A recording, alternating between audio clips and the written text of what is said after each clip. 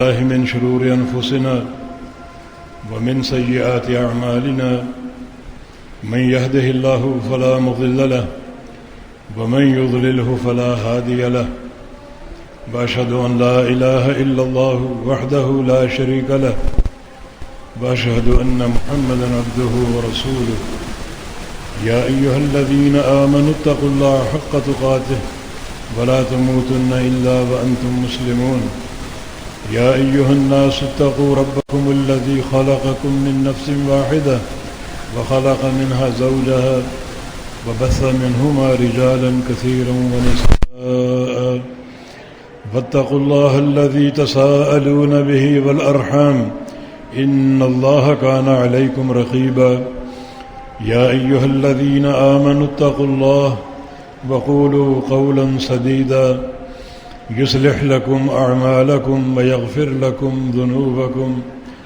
ومن يطع الله ورسوله فقد فاز فوزا عظيما أما بعد فإن خير الحديث كتاب الله وخير الهدي هدي محمد صلى الله تعالى عليه وسلم وشر الأمور محدثاتها وكل محدثة بدعة وكل بدعة ضلالة وكل ضلالة في النار من يطع الله ورسوله فقد رشد واهتدى ومن يعص الله ورسوله فقد ضل وغوى اللهم صل على محمد وعلى آل محمد كما صليت على إبراهيم وعلى آل إبراهيم إنك حميد مجيد اللهم بارك على محمد وعلى آل محمد كما باركت على إبراهيم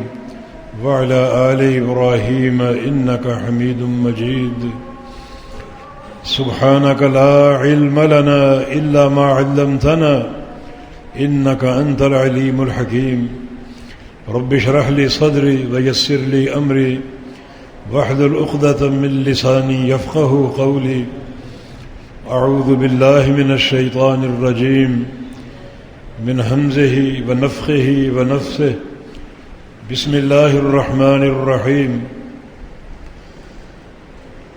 من يقترف حسنة نزد له فيها حسنا إن الله غفور شكور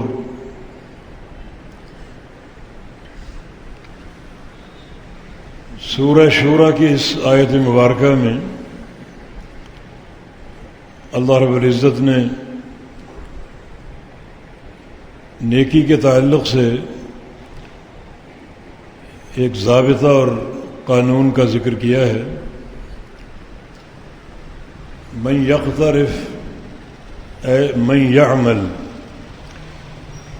جو بندہ بھی کر لے حسنتاً نیکی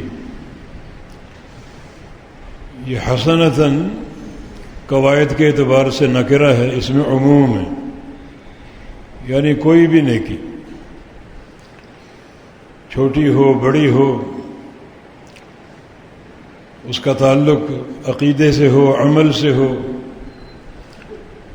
فرائض سے ہو یا مستحبات سے ہو کوئی بھی نیکی کر لے چھوٹی سے چھوٹی نیکی کر لے نزد لہو فیہا حسنا تو ہم اس کے حسن کو اور اچھائی کو بڑھا دیں گے تو یہ قاعدہ اور ضابطہ سامنے آ گیا کہ بندہ کوئی بھی عمل صالح کر لے نیک عمل کر لے تو اللہ تعالی اس عمل کی جزا کو اس کے ثواب کو بڑھا دے گا اس میں کئی اعتبارات سے حسن پیدا کر دے گا خوبصورتی پیدا کر دے گا پہلی خوبصورتی یہ ہے کہ اللہ رب العزت اس ایک نیکی کے بعد دوسری نیکی کا راستہ کھول دے گا ابن قیم فرماتے ہیں کہ اگر کسی نے معلوم کرنا ہو کہ میری نیکی عند اللہ قبول ہوئی یا نہیں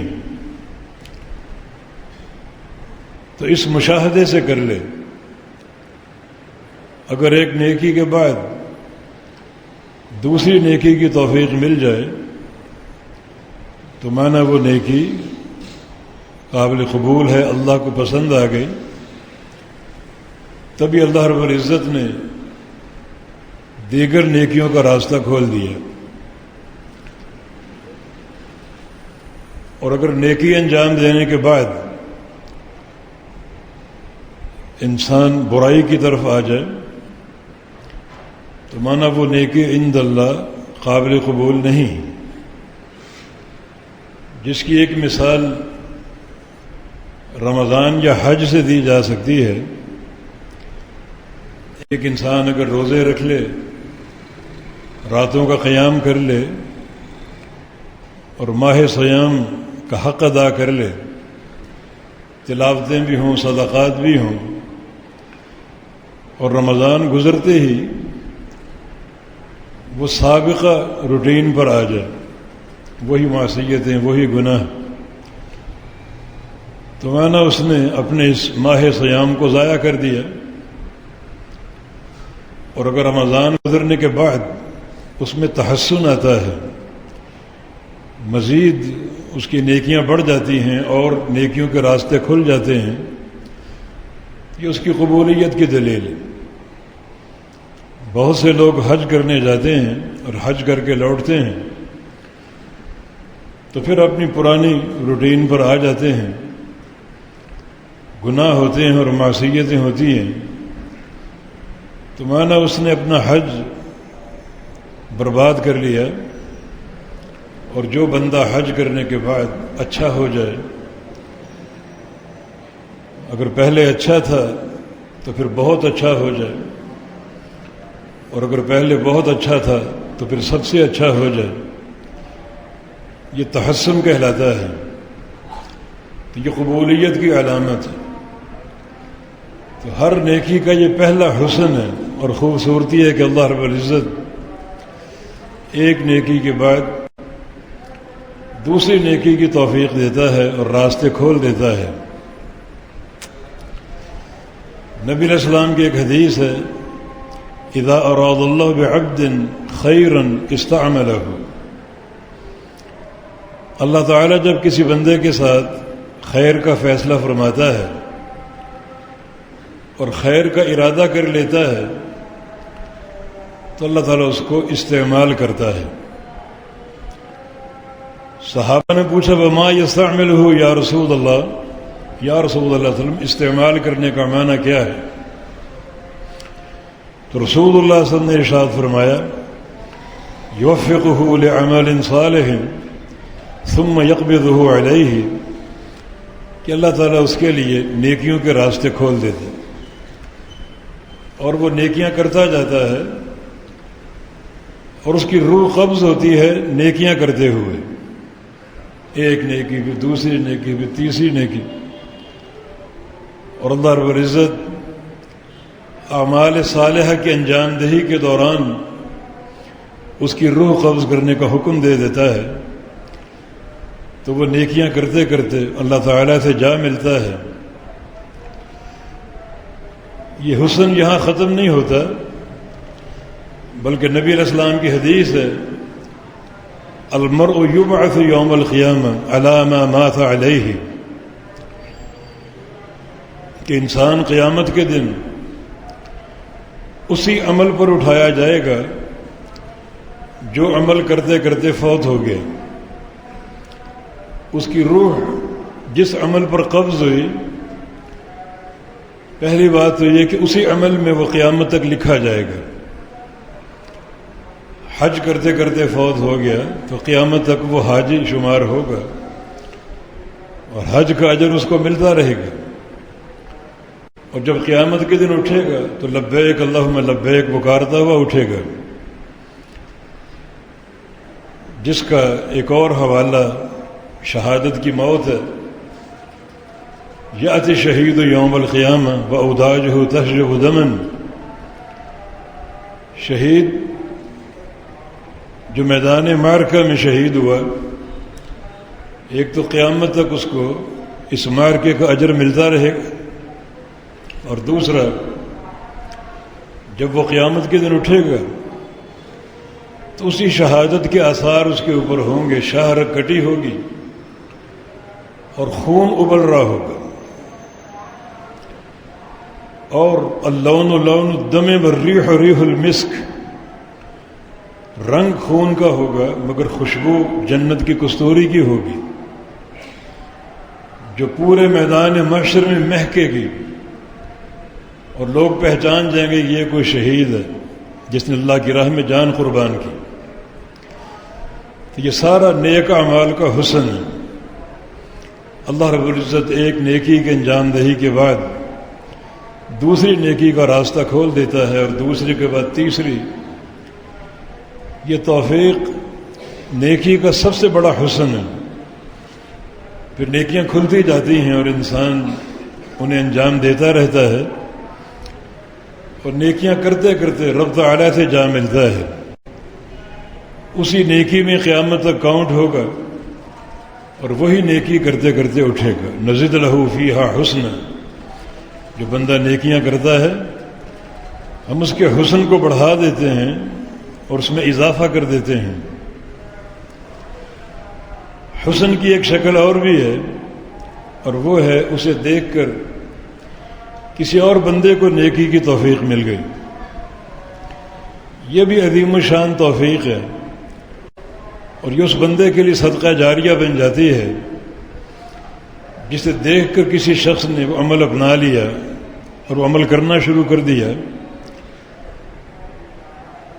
تو یہ عمل بھی اس کے لیے صدقہ جاریہ بن جائے گا۔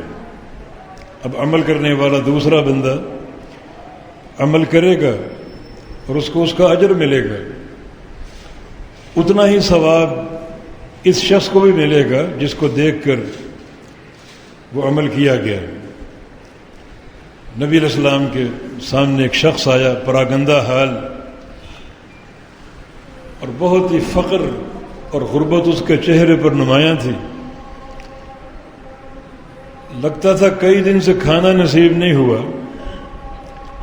مسجد میں آ گیا تو نبی علیہ السلام چاہتے تھے کہ صحابہ اس کی مہمان نوازی کریں، اس کے ساتھ تعاون کریں،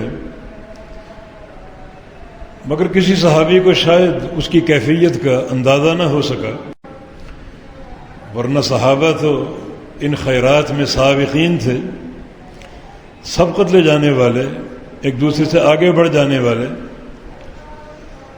ہمیشہ یہی سوچ ان کی کار فرما ہوتی تھی، نیک اعمال میں سابقین ہو جائیں۔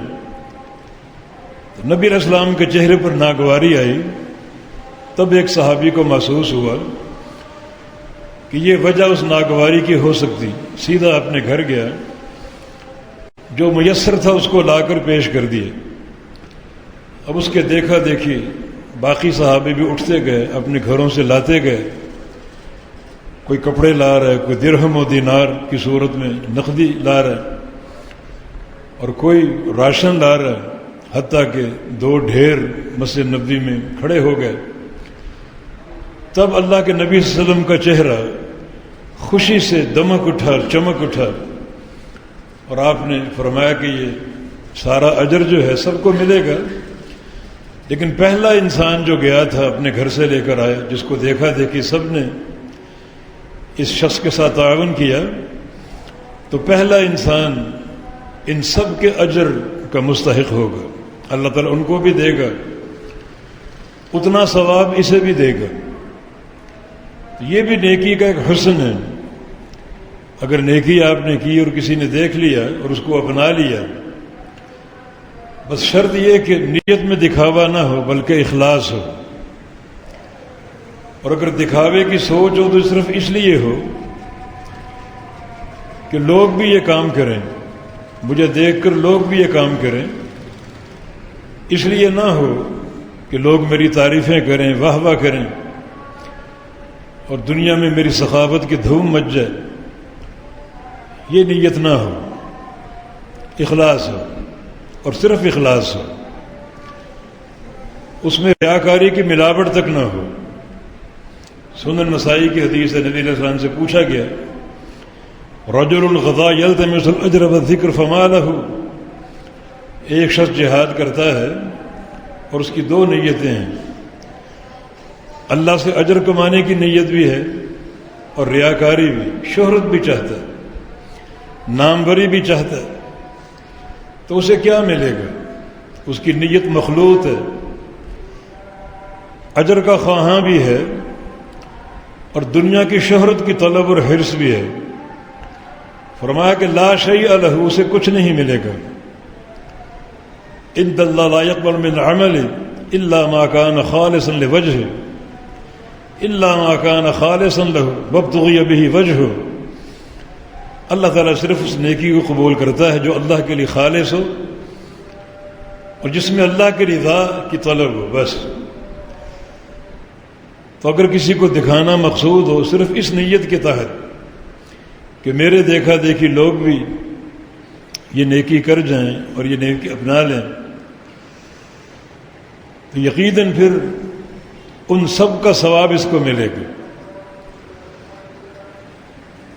یہ بھی نیکی کا حسن ہے، اس سے بھی نیکی بڑھتی ہے۔ یہ قواعد ہیں اعمال صالحہ کے۔ تیسرا حسن یہ بھی ہو سکتا ہے اور یقیناً ہے کہ اللہ تعالیٰ ایک نیکی کا اجر ایک نیکی کی صورت میں نہیں دیتا، عدل کا تقاضا یہی ہے، لیکن اعمال صالحہ کا تعلق اس کے عدل کے ساتھ نہیں، فضل کے ساتھ۔ آگے فرمایا کہ ان اللہ غفور شکور، اللہ تعالیٰ بخشنے والا اور بڑا قدردان ہے۔ ایک بندہ اگر آنا چاہتا ہے اللہ کی طرف، سابقہ زندگی پر پشیمان ہے، نادم ہے، تو اللہ تعالیٰ غفور ہے۔ صدق دل سے بندہ توبہ کر لے اور اللہ کے دروازے پہ دستک دے دے تو وہ غفور ہے، مبالغے کا صیغہ، یعنی خوب بخشنے والا، خوب بہت زیادہ بخشنے والا۔ غفار بھی آتا ہے، اس سے بڑا مبالغہ، اور خوب بخشنے والا۔ تواب بھی آتا ہے، توبہ کی توفیق دینے والا، جب توبہ کی توفیق اس نے دے دی تو پھر بھلا توبہ قبول کیوں نہ کرے گا؟ تواب کے دو معنی ہیں، توبہ کی توفیق دینے والا اور توبہ کرنے والے کی توبہ کو قبول کرنے والا۔ عفو بھی آتا ہے، ان اللہ عفو یحب العفو، اللہم انک عفو تحب العفو فاعف عنی۔ عفو کا معنی گناہوں کو مٹا دینے والا، ایک ستار اور ستیر ہے، گناہوں پر پردہ ڈالنے والا۔ یہ بھی ہم سب کی طلب ہے، لیکن ایک عفو ہے، وہ گناہوں کو مٹا ہی ڈالتا، جڑ سے ختم کر دیتا۔ تو اللہ تعالیٰ بڑا غفور ہے، بخشنے والا۔ بندہ اگر اس کو توبہ کا احساس آ جائے، سابقہ زندگی پر پشیمان ہو، اللہ تعالیٰ دلوں میں جھانکتا ہے، اے میرے بندے اب تو توبہ کر یا نہ کر، میں نے تیرے دل کو دیکھ لیا، تیرے دل میں سچی ندامت ہے، سچی پشیمانی ہے۔ الندم التوبہ، نبی علیہ السلام کی حدیث ہے، یہ دل کی ندامت ہی توبہ ہے کہ بندے کا سفر اللہ کی طرف شروع ہو چکا اور اپنی سابقہ زندگی پر پشیمان ہے، اللہ نے بھانپ لی اس پشیمانی کو، دیکھ لیا، تو اللہ تعالیٰ اس دل کی پشیمانی کو دیکھ کر ہی کہ بندے کے دل میں میرا خوف جمع ہو چکا ہے، میری خشیت بھر چکی ہے، تو اللہ اس خشیت اور خوف کو دیکھ کر اور دل کی پشیمانی کو دیکھ کر ہی بندے کو معاف کر دیتا، جیسے اس شخص کو معاف کر دیا تھا جس کی زندگی میں ہزاروں گناہ تھے، موت کا وقت آ گیا، بچوں کو بلا لیا اور پوچھا کیف کنت ابا لکم، میرے بیٹوں بتاؤ میں تمہارا کیسا باپ تھا؟ بچوں نے بڑی تعریف کی، بہت ہی اچھے باپ، بڑی ہم پر دنیا کی نعمتوں کی برسات کر دی، ہمارے لیے کمایا، ہمیں کھلایا پہنایا، ایک سے ایک سہولت دی۔ اچھا میرا سفر آخرت شروع ہو رہا ہے، ایک میری بات مان لو کہ ایک وصیت کر کے جا رہا ہوں، اسے نافذ کر دو گے؟ جی ضرور کر دیں گے۔ جب میں مر جاؤں تو فاحرقون اذا مت فاحرقون، مر جاؤں تو مجھے جلا دینا، جسم راکھ بن جائے اور اس راکھ کو محفوظ کر لینا۔ اور جب کوئی ایسا دن آئے جس دن بڑی تیز ہوائیں چلتی ہوں تو آدھی راکھ ہواؤں میں اڑا دینا، یہ راکھ بکھر جائے، اور آدھی راکھ سمندر کی لہروں میں ڈال دینا، سمندر کی موجوں کے سپرد کر دینا۔ اور آگے کہا کہ لئن اخذنی اللہ لیعذبنی عذابا شدیدا، یہ میں اس لیے کہہ رہا ہوں کہ میرا نام و نشان مٹ جائے، میرا وجود ذرے بن کر بکھر جائے اور دوبارہ اس کا جمع ہونا ممکن نہ ہو۔ اگر مجھے اللہ نے پکڑ لیا تو مجھے بڑی مار پڑے گی، بڑا سخت مجھے عذاب دے گا، اس عذاب کا خوف۔ بچوں نے وصیت کو نافذ کر دیا، اسی طرح اس کی راکھ سمندر کی لہروں میں بہا دی، آندھی میں اس کو بکھیر دیا، ذرے ذرے بکھر گئے، کوئی مشرق میں، کوئی مغرب میں، کوئی شمال میں، کوئی جنوب میں۔ اللہ تعالیٰ تو ہر شے پر قادر، وہ تو کن کہہ کر سارے کام کر دیتا ہے۔ یہ آسمان آپ کو دکھائی دے رہا ہے، کن کہہ کر بنایا، ایک نہیں بلکہ 7 ستونوں کے بغیر قائم کیا ہوا اور قیامت تک قائم رکھے گا۔ اس کی قدرت کے کیا کہنے، کن کہا اور وہ بندہ تیار ہو کے سامنے آ گیا۔ میرے بندے ما حملک علی ما صنعت، یہ کیا کر کے آئے ہو؟ تمہیں اس وصیت پر کس چیز نے ابھارا، کس چیز نے برانگیختہ کیا؟ تو اس نے کہا خشیتوں کا یا رب، یا اللہ تیرے خوف نے۔ اللہ تعالیٰ نے فرمایا کہ تمہارے دل سے اس خوف کو ہم پہچان چکے تھے، واقعی سچا خوف تھا، سچا ڈر تھا، اور سچی ایک ندامت تھی گناہوں سے، جاؤ میں نے معاف کر دیا۔ اور یہ گھڑی موت کے وقت کی، یہ بندہ پوری عمر گناہوں میں کھپا دے، سچا خوف آنا چاہیے، چاہے موت سے قبل ہو، چند لمحات قبل ہو، جیسے بنی اسرائیل کے 100 افراد کے قاتل کا خوف۔ توبہ کی طرف جا رہا ہے، ابھی توبہ کی نہیں، پیام اجر رستے میں آ گیا اور اللہ اس کے دل کو پڑھ چکا ہے کہ نادم ہے، پشیماں ہے۔ اسے کہا گیا کہ من یحول بینک و بین توبتک، اللہ کے بندے تیرے اور تیری توبہ کے درمیان کوئی چیز حائل نہیں ہو سکتی۔ فلاں بستی میں چلے جاؤ، وہاں صالحین آباد ہیں، ان کے ساتھ مل کر عبادت کرو، ان کی صحبت میں بیٹھو تاکہ یہ گناہوں کے اثرات دھل جائیں۔ وہیں سے روانہ ہو گیا، کوئی گھر جانے کی زحمت نہیں کی کہ تاخیر نہ ہو جائے، اور راستے میں پیام اجل آ گیا اور زمین پر گر گیا۔ صحیح بخاری کے حدیث کے الفاظ ہے کہ فاختصمت فیہ ملائکۃ الرحمت و ملائکۃ العذاب، جنت کے فرشتے جنت کے کفن لے کر آ گئے، جنت کی خوشبوئیں لے کر آ گئے، اور جہنم کے فرشتے جہنم کا کفن لے کر آ گئے، بدبودار اور تعفن زدہ۔ دونوں فرشتوں میں جھگڑا ہو رہا ہے، روح قبض ہو چکی، کون سا فرشتہ لے، جنت کا یا جہنم کا؟ دونوں کا اپنا اپنا استدلال تھا، اپنی اپنی دلیل تھی۔ اللہ تعالیٰ نے ایک بندے کو بھیجا، ایک فرشتے کو انسانی شکل میں، انہوں نے کہا کہ چلو اس سے فیصلہ کروا لیتے ہیں۔ اس نے فیصلہ کیا کہ دونوں زمینوں کو ناپ کر دیکھ لو، توبہ کرنے جا رہا تھا وہ بھی ناپ لو، اور جہاں گناہ کرتا رہا قتل کرتا رہا، اور قتل بھی ظلماً، حدیث کے الفاظ ہیں ظلم اور بربریت میں قتل کیا اس نے، بدترین قسم کے قتل، وہ زمین بھی ناپ لو، جو زمین زیادہ قریب ہو اس کے مطابق فیصلہ کر دو۔ بعد حدیث میں آتا ہے کہ اس کے پاؤں جب پاؤں سے ناپا گیا تو توبہ کی زمین دور تھی اور قتل کی زمین قریب تھی، اور جب سینے اور دل سے ناپا گیا تو دل زیادہ قریب تھا توبہ کی زمین کے، اور معصیت کی زمین سے دور تھا، چند انچ کا فاصلہ، چند انچوں کا فاصلہ۔ اور اصل جو اشرف الاعضاء وہ تو انسان کا دل ہے، اور دل ہی کو حکم بنایا گیا اور وہیں سے اس بندے کے بارے میں فیصلہ ہوا۔ خشیت بھی دل میں ہوتی ہے، ندامت بھی دل میں ہوتی ہے۔ دل ہی عقیدے کا مرکز ہے، دل ہی اخلاص کا مرکز ہے۔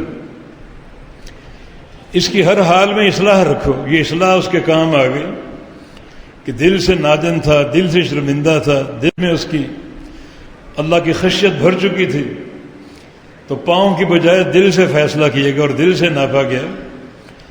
ہمیشہ اپنے دل کی استقامت کو قائم رکھو تو اللہ تعالیٰ ایسا غفور ہے، میرے بندے جب بھی تیرے دل میں توبہ کا احساس آ جائے میں تیری توبہ قبول کر لوں گا۔ ہاں، معلوم یغرغر ان اللہ یقبل توبۃ عبدہ، معلوم یغرغر جامع ترمذی کی حدیث ہے کہ اللہ رب العزت اس وقت تک توبہ قبول کرتا ہے جب تک جان حلق میں نہ پھنس جائے۔ حلق میں پھنس گئی، سکرات الموت آ گئے، اب نہیں، اس سے قبل توبہ کر لو، چاہے چند لمحات قبل توبہ کر لو، پشیمانی اپنے دل کی دکھا دو، خشیت دکھا دو مجھے، تو بڑا وہ غفور الرحیم ہے، غفور ہوں، بڑا بخشنے والا اور خوب معاف کرنے والا۔ ان اللہ غفور شکور، اور شکور بھی مبالغے کا صیغہ، فعل کے وزن پر، خوب قدردانی کرنے والا۔ چھوٹی سے چھوٹی نیکی کی قدردانی کروں گا، میری طرف تو آ جائے، انابت اختیار کر لے اور تیرا دل قلب منیب بن جائے، قلب سلیم بن جائے۔ الا من اتى اللہ بقلب سلیم، قلب سلیم بن جائے جس میں صرف اللہ کی محبت اور اللہ کا خوف ہو، اس کی خشیت ہو، تو اللہ رب العزت اس انابت کو قبول کر لے گا، بندے کا آنا قبول کر لے گا، اس کی توبہ کے عزم کو قبول کر لے گا، اور پھر شکور بن جائے گا اس بندے کے لیے۔ شکور بننے کا معنی اب وہ جو بھی عمل کرے گا، جو بھی نیکی کرے گا، اللہ اس کی قدردانی کرے گا۔ آیت کریمہ آپ نے سن لی، من یقترف حسنۃ، ہم نے بتایا کہ حسنہ میں تنکیر ہے، اس کی تنوین تنکیر کے لیے، کوئی نیکی ایک ذرے کے برابر کیوں نہ ہو، سوئی کے ناکے کے برابر کیوں نہ ہو، اللہ تعالیٰ بڑا باریک بین ہے، باریکی سے نیکیوں کو دیکھنے والا، اور اللہ اس کی بھی قدر کرے گا، اس کو بھی بڑھائے گا۔ اور تیسرا حسن یہ ہے نبی علیہ السلام کی حدیث صحیح بخاری میں کہ ان اللہ کتب الحسنات والسیئات، اللہ تعالیٰ نے نیکیوں اور گناہوں کو لکھا ہے۔ اس لکھنے کا ضابطہ یہ ہے، نیکیوں اور گناہوں کے تعلق سے 4 صورتیں حدیث میں مذکور ہیں۔ ایک ہے نیکی کا ارادہ، نیکی کا ارادہ کر لیا کہ فلاں نیکی کروں گا، گھنٹے بعد، 2 گھنٹے بعد، کل یا پرسوں یا ہفتے بعد یا مہینے بعد، تو اللہ تعالیٰ وہ نیکی لکھنے کا حکم دے دیتا ہے کہ لکھ دو، یہ نیکی لکھ لو، میرے بندے نے عزم کیا ہے، یہ نیکی لکھ لو۔ یہ نیکی کا فارمولہ، وہ نیکی لکھی جاتی۔ اب جب نیکی کرنے کا وقت آتا ہے اور بندہ وہ نیکی نہ کر سکا، کسی عذر کی بنا پر نہ کر سکا، اس کو کاٹنے کی ضرورت نہیں، اس کو برقرار رکھو۔ رحمت تو ختم نہیں ہوتی نا، نیکی کا لکھا جانا اللہ کی رحمت ہے۔ اللہ تعالیٰ رحمت دے کر چھینتا نہیں ہے، رحمت ختم نہیں ہوتی، رحمت تو بڑھتی ہے اور بے تحاشا بڑھتی ہے، کہ اس کو لکھ لو، لکھا رہنے دو، اور اگر وہ نیکی کر لے تو اللہ تعالیٰ فرماتا ہے کہ اس کو 10 گنا بڑھا دو، اخلاص اگر زیادہ ہے تو 70 گنا کر دو، اخلاص اگر اور زیادہ تو 700 گنا کر دو، اور اگر اخلاص اور زیادہ ہے تو پھر جہاں تک میں کہوں بڑھا دو، پھر اس عدد کی تعین نہیں ہے، عدد کا حصر نہیں ہے، پھر جہاں تک اللہ چاہے۔ یہ نیکی کا فارمولہ اللہ نے تیار کر دیا، جس میں اس کی قدردانی جھلک رہی ہے، بلکہ صراحت سے سامنے آ رہی ہے کتنا وہ قدردان۔ یہ نیکی کے تعلق سے عدل کا تقاضا یہ ہے کہ ایک نیکی کا ایک اجر، مگر یہاں معاملہ فضل کا ہے، اللہ تعالیٰ فضل فرماتا ہے، ایک نیکی کو بڑھاتا ہے اور بے تحاشا بڑھاتا ہے۔ اور اس کے فضل کا معاملہ بڑا وسیع ہے.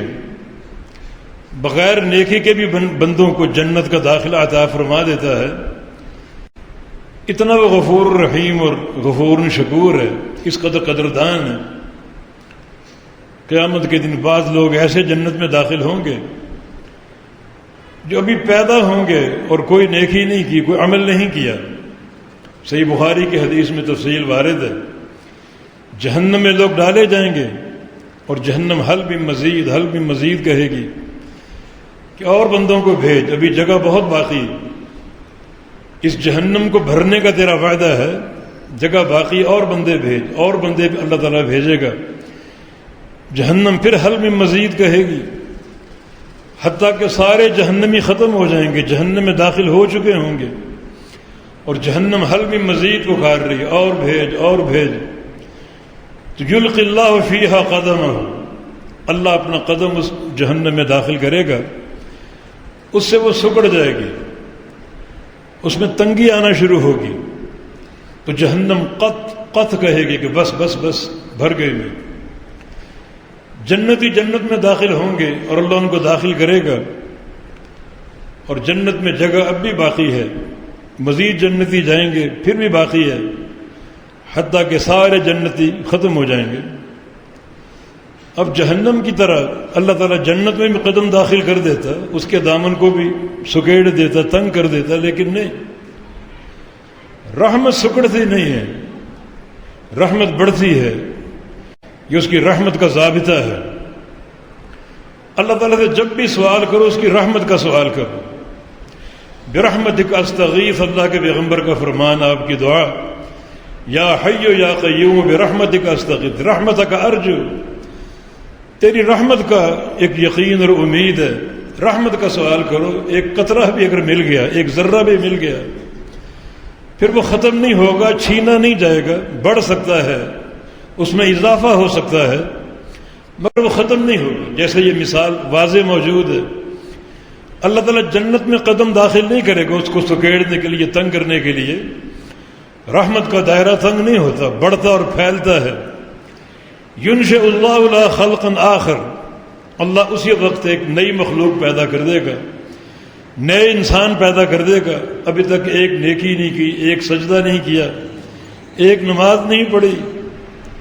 کیا شان ہے اس کی رحمت کی اور اس کے فضل کی. اور ان کو یسکنہم فضل الجنہ، تو اللہ ان کو ٹھہرا دے گا، بسا دے گا جنت کے بقیہ خالی حصے پر، اور پھر جنت بھر جائے گی. یہ اس کے فضل کی وسعت اور اس کی رحمت کی وسعت ہے. ہمیشہ رحمت کا سوال کرو. بڑا وہ غفور الرحیم ہے، بندوں کو بخشنا چاہتا ہے، معاف کرنا چاہتا ہے. روزانہ بخشش کے مواقع دیتا ہے.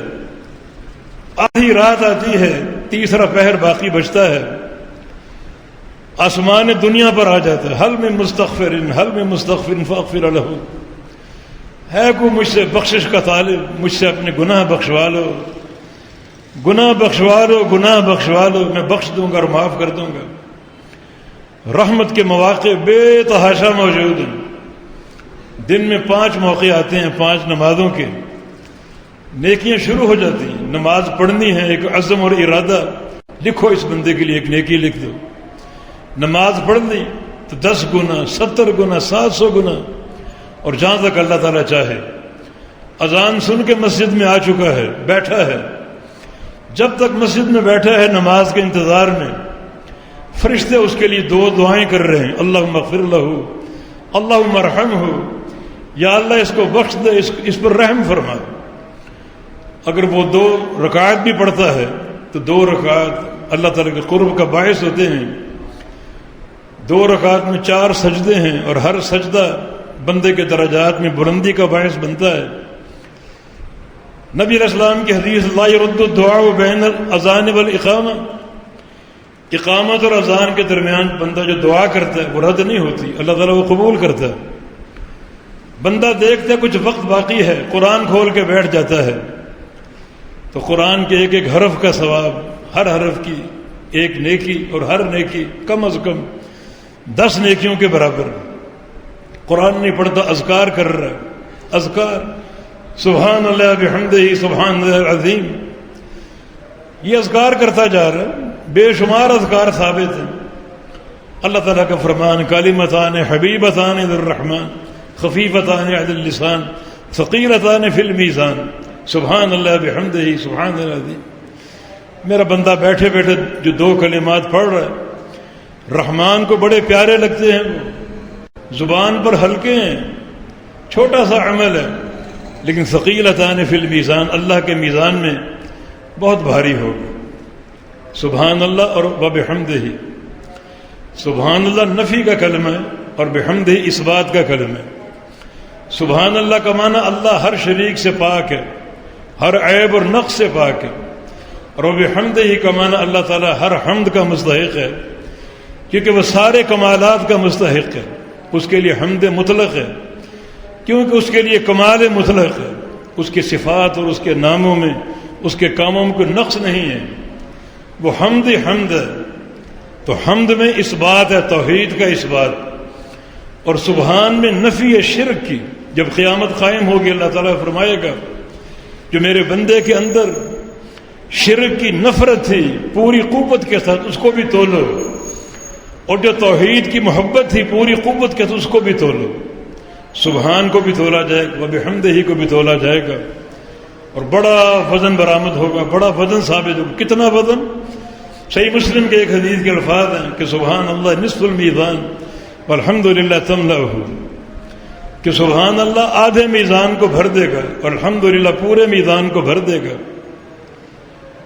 اتنا بڑا میزان ہے کہ ایک پلڑے میں ساتوں آسمان اور ساتوں زمینیں سما جائیں، اور بندے کے یہ دو کلمات ذکر ہی اس پورے نیکی کے پلڑے کو بھرنے کے لیے کافی۔